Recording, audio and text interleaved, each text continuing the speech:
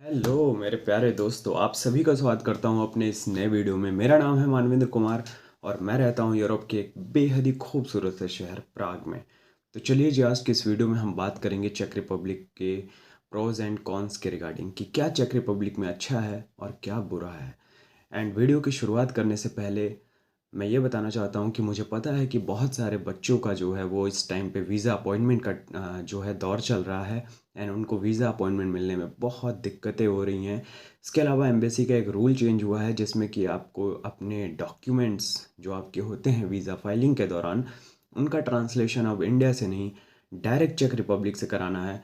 तो इसके रिगार्डिंग अगर आपको कुछ भी असिस्टेंस की ज़रूरत है तो आप इस वीडियो के डिस्क्रिप्शन में एक जो लिंक है फॉर्म का, उसको क्लिक करके भर सकते हैं। देन उसके बाद मैं आपसे खुद ही कनेक्ट करके आपकी प्रॉब्लम को सॉल्व करने की कोशिश करूँगा। तो चलिए जी, वीडियो को स्टार्ट करते हैं। एंड आई होप कि वीडियो के लास्ट में जो है पूरा तो देख ही लेना, अगर देख रहे हो तो वीडियो के लास्ट में आपको एक क्लैरिटी मिलेगी कि किस तरह से अपने दिमाग को जो है वो प्रिपेयर करना है चेक रिपब्लिक आने से पहले। तो चलिए जी, पहले हम प्रोज़ के बारे में बात करते हैं। तो इसमें सबसे पहला जो मुझे प्रोज़ लगता है, जो अच्छी चीज़ लगती है, वो है हेल्थ केयर सिस्टम। वैसे तो हेल्थ केयर सिस्टम पूरे यूरोप का ही बहुत अच्छा है, बिकॉज़ कि यहाँ के लोग जो हैं वो ऑलमोस्ट जितने भी सैलरीड लोग होते हैं वो सारे के सारे टैक्स पे करते हैं। नॉन सैलरीड लोग भी जो होते हैं, अगर वो किसी भी टैक्स स्लैब में आते हैं तो वो टैक्स पे करते हैं। इसकी वजह से जो यहाँ का हेल्थ केयर सिस्टम है वो बहुत ही बेहतर है। एंड एज अ स्टूडेंट जैसे ही आप आते हो तो आप एक एक्सक्लूसिव या फिर एक कम्प्रिहेंसिव टाइप का एक हेल्थ इंश्योरेंस होता है जो कंपनी यहाँ पे रजिस्टर्ड रजिस्टर्ड तो नहीं कहूँगा, जो अलाउड है हेल्थ इंश्योरेंस देने के लिए, वो है पी विजिट पी। तो उसमें अगर आप जैसे ही इंश्योरेंस करते हो तो आपको जो है वो पूरा हेल्थ कवर मिलता है, बशर्ते कि चेक रिपब्लिक की एक चीज़ मुझे नहीं अच्छी लगी, मुझे नहीं पता कि और कंट्री का क्या हाल है, लेकिन चेक में क्या है कि आपको पूरा बॉडी हेल्थ केयर जो है वो फैसिलिटी तो प्रोवाइड की जाती है, बट डेंटल केयर नहीं होता है। और होता भी है तो 5 से 10 हज़ार चेक क्राउन तक का ही कवर होता है। क्योंकि मुझे जो है वो अभी अपने विजडम टूथ में पिछले साल जो है कुछ प्रॉब्लम हुआ था, तो मैं यहाँ पे गया था तो वहाँ पे मुझे पता चला ये चीज़। एंड इसके अलावा जो है वो डेंटल में जब भी आपको प्रॉब्लम होती है तो आप यहाँ पे डॉक्टर के पास जा कर के जो है वो अ, पहले अपना इलाज कराओगे, देन उस इलाज की जो कॉस्ट होगी वो आपको खुद पे करना होगा। एंड अगर वो कॉस्ट 5 से 10 हज़ार चेक क्राउन के लिमिट में है तो आप उसके रिसिप्ट को जो है वो आपका जो इंश्योरर है उसको आप सेंड करके आप उसको रिफ़ंड पा सकते हो। लेकिन इसके अलावा बॉडी में और कोई भी दिक्कत है तो फ्री ऑफ कॉस्ट जो है आप हॉस्पिटल्स में जा सकते हो। फॉरेनर्स के लिए अलग से जो हैं वो डॉक्टर्स अपॉइंट किए जाते हैं। एंड उनका जो भी इंफॉर्मेशन होता है फॉरेनर्स के लिए वो प्राग के म्यूनिसिपल जो वेबसाइट है उसके ऊपर बहुत ही अच्छे से डिटेल तरीके से लिखा हुआ है। इसके अलावा बहुत सारे यहाँ पे मिलिट्री हॉस्पिटल या फिर जो भी पब्लिक हॉस्पिटल्स हैं उनके आप वेबसाइट पे जाओगे तो फॉरेनर्स के लिए अलग सेक्शंस होते हैं जिसमें आप जा कर के देख सकते हो कि कैसे आपको जो है पूरा प्रोसेस कराना है अगर आपको कुछ मेडिकल इमरजेंसी की ज़रूरत है तो। बट ऑल ओवर देखा जाए तो बहुत ही अच्छा और बहुत ही हाई स्टैंडर्ड का हेल्थ केयर फैसिलिटी आपको प्रोवाइड की जाती है। एज ए एग्ज़ाम्पल एक चीज़ मैं बताऊं तो मैं अभी बस में कुछ टाइम पहले जा रहा था तो फ्रंट सीट पे जो है वो एक बूढ़ी माता जी बैठी हुई थी। उनका जो है मेरे ख्याल से शायद हार्ट की उनको प्रॉब्लम थी, तो अचानक से कुछ उनको पेन हुआ एंड वो सीट से गिर गई। एंड जो बस की जो फ्लोर था उस पे जो है वो नीचे गिर गई। एंड देन उसके बस वाले ने बस रोकी और 10 से 15 मिनट के अंदर जो है वो एम्बुलेंस वहाँ पे आ गई। और वो एरिया थोड़ा सा प्राग का आउटर एरिया था। तो वहाँ से पता चलता है कि कितना अच्छा जो है वो नेटवर्किंग हेल्थ केयर में बना रखा है यहाँ के गवर्नमेंट ने। देन इसके बाद अगर हम बात करते हैं एंडलेस एक्टिविटीज़ की, तो एंडलेस एक्टिविटीज़ का मतलब ये है कि देखो, अगर आप स्टूडेंट या फिर अगर एज अ एम्प्लॉय अगर आप आते हो तो हमारा सबका जो है ये मोटो होता है कि अपनी ज़िंदगी को अच्छा बनाना है, पैसा कमाना है, पढ़ाई लिखाई करनी है। जो भी आपका मेन मोटो होता है आप वो सोच करके आते हो। बट इसके साथ एज अ इंसान हमें बहुत सारी चीज़ें ऐसी भी करनी होती हैं जो कि हमारा पैशन होता है या फिर हमारी वो चाहत होती है। जैसे कि मुझे जो है वो मूवीज़ देखना अच्छा लगता है, मुझे एडवेंचर स्पोर्ट्स खेलना अच्छा लगता है, मुझे बैडमिंटन खेलना अच्छा लगता है। तो मेरे लिए हर एक टाइप की चीज़ जो भी एज़ अ एक्स्ट्रा करिकुलर मुझे पसंद है, बहुत ही ईज़िली यहाँ पे अवेलेबल है and wide range of options आपको मिल जाते हैं और भी नई-नई चीज़ें आपको ट्राई करने के लिए। जैसे यहाँ सबसे बड़ी रिवर जैसे वोल्टावा रिवर है, जो कि प्राग से के बीच से होकर के गुज़रती है। तो वहाँ पे अभी इन दिनों गर्मियों में, अब गर्मी तो अब ऑलमोस्ट चली गई है, अभी ऑटम का टाइम आ रहा है, बट राफ्टिंग आपको करने को मिल जाएगा, कैनोइंग करने को मिल जाएगा। इसके अलावा और भी बहुत सारे वाटर स्पोर्ट्स वहाँ पे अलग-अलग एक्टिविटीज़ होती हैं, वो करने को मिल जाएँगी। हाइकिंग के लिए लोग यहाँ पे एकदम ही क्रेज़ी होते हैं। समर्स में जो है वो हर एक दूसरा इंसान आपको टेंट और जो है स्लीपिंग बैग और पूरा बैग पैक करके मतलब दिखता हुआ आपको मिल जाएगा कि कहीं जा रहे हैं लोग हाइकिंग करने के लिए। इसके अलावा जो है वो आपको जैसे मूवीज़ थिएटर, अगर आप बॉलीवुड वगैरह पसंद करते हो तो बॉलीवुड की मूवीज़ भी जो हैं वो यहाँ पे प्रीमियर की जाती हैं बहुत सारे थिएटर्स में।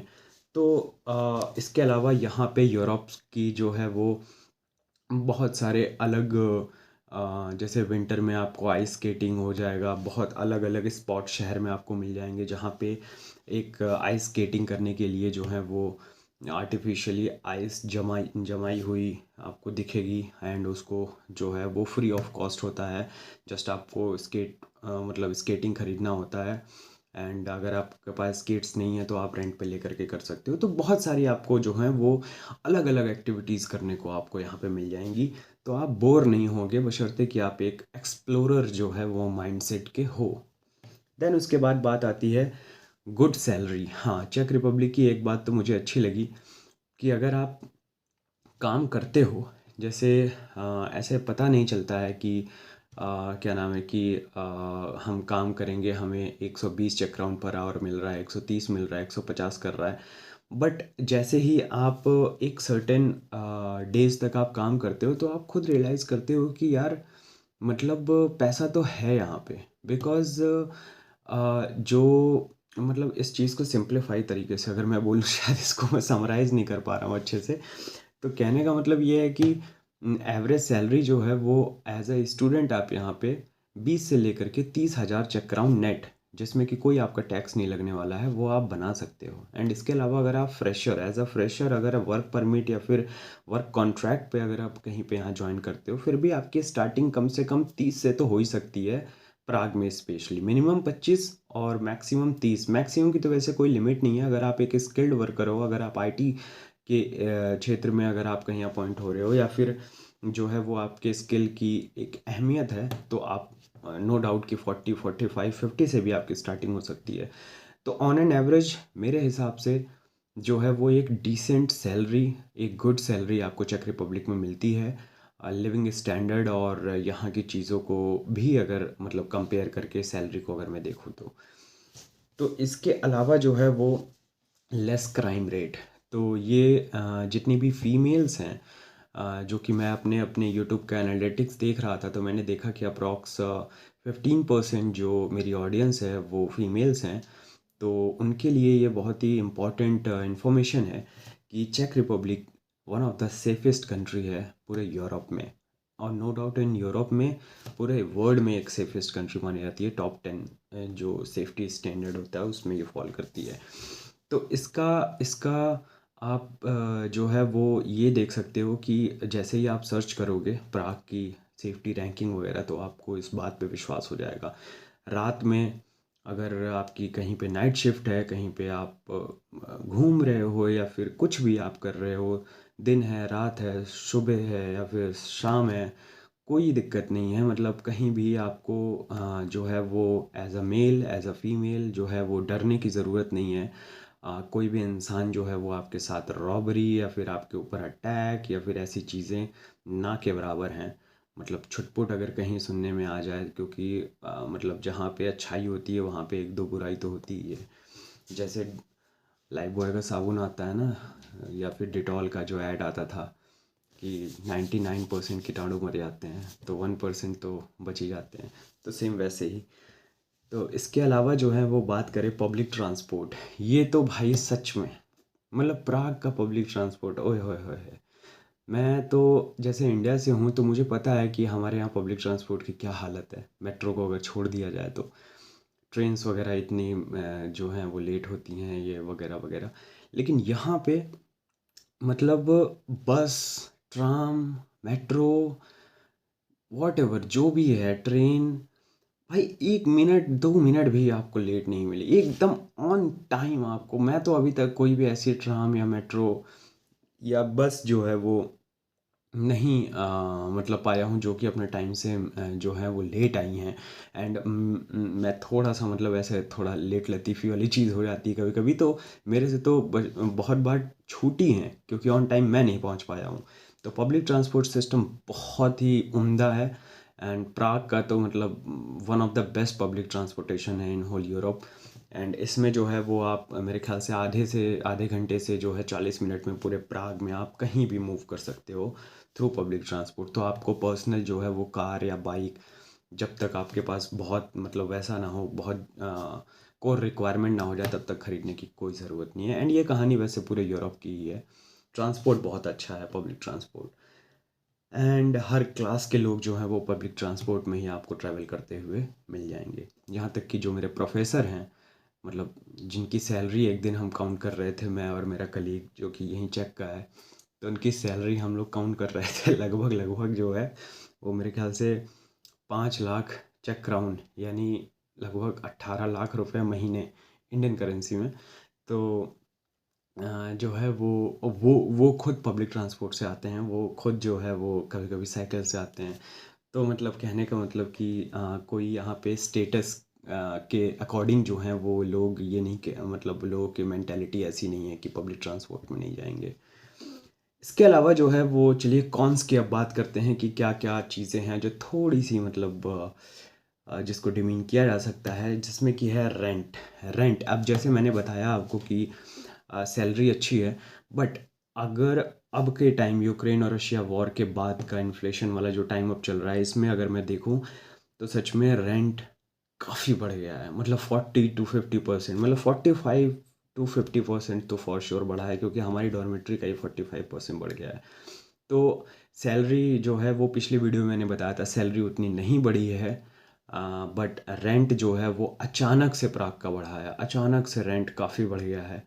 एंड मुझे तो ऐसा लगता है कि वियना में मेरे कुछ दोस्त रहते हैं, पीएचडी कर रहे हैं यूनिवर्सिटी ऑफ वियना से, उनसे बात होती है तो उनके डॉर्मेट्री के बराबर जो है मेरे डॉर्मेट्री का रेंट है। मतलब कि वियना वन ऑफ द होता है ना कि एक जो है वो कॉस्टली शहर माना जाता है, बट फिर भी प्राग उसके मतलब लिविंग स्टैंडर्ड रेंट के मामले में जो है वो कॉम्पीट कर रहा है। तो ये अच्छी बात नहीं है अगर सैलरी को भी अगर इंक्लूड किया जाए तो।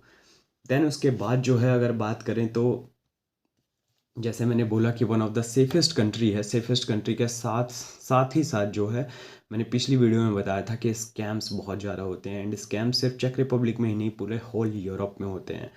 तो आप जो है वो स्कैम्स वगैरह, जैसे टैक्सी वाला जो स्कैम था, इसके अलावा टूरिस्ट स्कैम, ये सारे स्कैम्स वगैरह वीडियो में आप देख सकते हो प्रीवियस वीडियो में। तो स्कैम्स यहाँ पे काफ़ी होते हैं। एंड उन उस वो एक कॉन्स है मेरे हिसाब से। तो इसके बाद जो है वो मीट बेस्ड डाइट, जो भी वेजिटेरियन दोस्त हैं और या फिर जो भी लोग हैं, उनको जो है वो थोड़ा सा मतलब प्रॉब्लम हो सकती है चेक में, बिकॉज़ कि यहाँ पे हर एक डाइट में आपको जो है मीट ज़रूर मिलेगा। ज़रूर इन द सेंस कि जो इनकी लोकल डिशेस हैं उसमें तो मुझे लग रहा है 80% डिशेस में मीट वगैरह है ही। तो ये एक कॉन्स है। एंड इसके अलावा जो है वो दो चीज़ों पे इनकी सारी डिश जो है वो बेस्ड है मेरे हिसाब से। तो एक है चीज़, एक है मीट। तो चीज़ और मीट इन दोनों में से, तो चीज़ वाली चीज़ आप लोग के लिए अफोर्डेबल कह रहा हूँ, आप लोग के लिए जो है वो खाने लायक होंगी, आप खा सकते हो। बट मीट वाली जो चीज़ है वो बहुत ज़्यादा है। इसके अलावा बहुत सारे रेस्टोरेंट हैं जहाँ पे आपको ऑप्शन मिल जाते हैं वेजिटेरियन, ऐसा नहीं है कि बहुत दिक्कत होगी। बट ये है कि मतलब 70-30 का रेशियो लेकर के चलो कि 70% आपको चीज़ों में मांस वगैरह मीट वगैरह मिलेगा ही, 30% में जो है और भी बहुत सारी चीज़ें हैं जिसमें सिर्फ और सिर्फ जो है वीगन या फिर वेजीज़ के लिए है वो। देन उसके बाद बात करते हैं कि हेल्थ केयर का, जो मैंने एक प्रोज बताया था उसमें कॉन्स भी एक है कि हेल्थ केयर में कभी-कभी क्या होता है कि यहाँ के जो डॉक्टर्स हैं, वो मैंने खुद भी फ़ील किया है, वो ना बड़े ब्लंट होते हैं, मतलब बहुत ही स्ट्रेट फॉरवर्ड होते हैं। कोई ऐसा होता है ना कि डॉक्टर एक बहुत ही एक सॉफ्टनेस के साथ बात करता है, हाँ जी, ऐसा मतलब हमारे इंडिया में तो हमने ऐसे ही देखा है कि बड़े प्यार से आपके साथ। भाई यहाँ पे डॉक्टर बहुत ही मतलब रूड टाइप से एकदम आपका ट्रीटमेंट तो करेंगे, मुझे लग रहा है उनकी ट्रेनिंग ही ऐसे की जाती है, ट्रीटमेंट करेंगे बट लेकिन आपको बॉडी एक बॉडी की तरह ही देखा जाएगा, आपके साथ कोई ज़्यादा बातचीत या फिर ऐसा वैसा कुछ नहीं। और कभी कभी लैंग्वेज की भी प्रॉब्लम होती है। डॉक्टर्स तो चलो जिसके साथ आपका ट्रीटमेंट जो कर रहा है वो तो इंग्लिश बोल लेगा, बट कभी कभी क्या होता है, नर्सेस वगैरह होती हैं या फिर और भी हॉस्पिटल के जो स्टाफ होते हैं वो सिर्फ चेक में बात करते हैं। तो वहाँ पे थोड़ा सा मतलब ये प्रॉब्लम होती है हॉस्पिटल्स वगैरह में यहाँ पे जा कर के। एंड लास्ट में देखा जाए तो फिर स्टडी सिस्टम जो है वो इंडिया की तरह बहुत ही वास्ट नहीं है, बहुत ही ज़्यादा थ्योरेटिकल नहीं है, प्रैक्टिकल और असाइनमेंट बेस्ड है। एंड इसके अलावा जो है वो last but not the least की कोल्ड वेदर, 1-2 महीने की समर आती है जिसमें कि बहुत ही वैसे हार्श होती है वो समर भी, 30-35 डिग्री पहुंच जाता है, बट ऐसा लगता है कि सूरज बहुत नज़दीक है। तो लेकिन वो 1-2 महीने का ही टाइम होता है, उसके बाद आपको जो है वो थ्रू आउट द ईयर जो है वो आपको कहीं ना कहीं हल्की हल्की सी ठंड आपको मिलेगी। एंड नवंबर से लेकर के मार्च तक या फेब तक तो बहुत ही हार्श वाली ठंडी मिलती है। तो कोल्ड वेदर में अगर किसी को प्रॉब्लम होता है तो भाई कोल्ड वेदर भी आपके लिए कॉन्स हो सकता है। तो ये थी एक जो है वो अ, मेरी तरफ से इंफॉर्मेशनल वीडियो। आई होप कि आप सबको पसंद आया होगा, अगर पसंद आई होगी तो प्लीज़ जो है चैनल को सब्सक्राइब करिए एंड अपने दोस्तों के साथ शेयर भी करिएगा। बहुत बहुत शुक्रिया। Bye bye.